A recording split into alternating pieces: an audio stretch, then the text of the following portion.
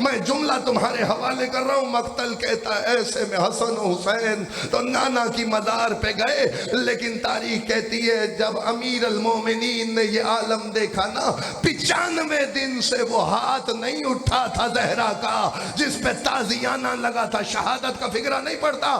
سن عزادار, مقتل کہتا ہے 95 دن کے بعد علی نے کہا زہرا آج طبیعت کچھ بہتر معلوم ہوتی ہے, مر نہ جائیں ہم شیعہ ان فکروں پہ. رو کے نبی کی بیٹی نے کہا یا علی رات کو خواب میں بابا آئے تھے, کہہ رہے تھے زہرا میں تجھے لینے کے لیے آیا ہوں. عجیب مقدر ہے اس گھرانے کی بیٹیوں کا, جب ظلم بڑھ جاتے ہیں باپ لینے آ جاتے ہیں. مدینے میں زہرا کو لینے نبی آ گئے. وہ قید خانے میں 4 سال کی معصومہ کو لینے حسین آئے. رو رو کے کہتے تھے سکینہ تیرا بابا. اجرکم اللہ, اجرکم اللہ. کرو تیاری میں مسائل پڑھ. عزادار 2 فکریں سن, سانس لو. میں ایک جملہ پڑھتا ہوں. قریب بلایا, علی کو کہا یا ابوالحسن میرے قریب بیٹھیے. علی بیٹھ گئے. رو کے زہرا نے کہا یا ابوالحسن میرا جنازہ رات کی تاریکی میں اٹھانا.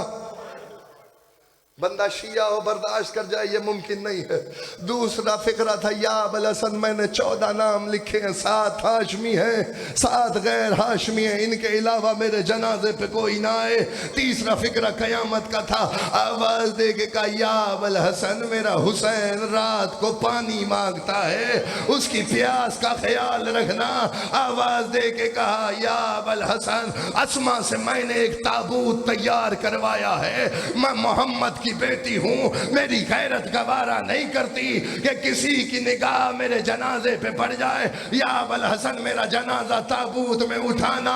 میں ہاتھ باندھ کے کہوں گا سیدہ آپ کا جنازہ تو تابوت میں اٹھایا گیا, ہائے آپ کی بیٹیوں کا مقدر بدماشوں کے مجمع میں بے غیرتوں کے ہجوم میں باغی باغی کا شور ہو رہا ہے, نبی کی بیٹیوں کو گزارا جا رہا ہے.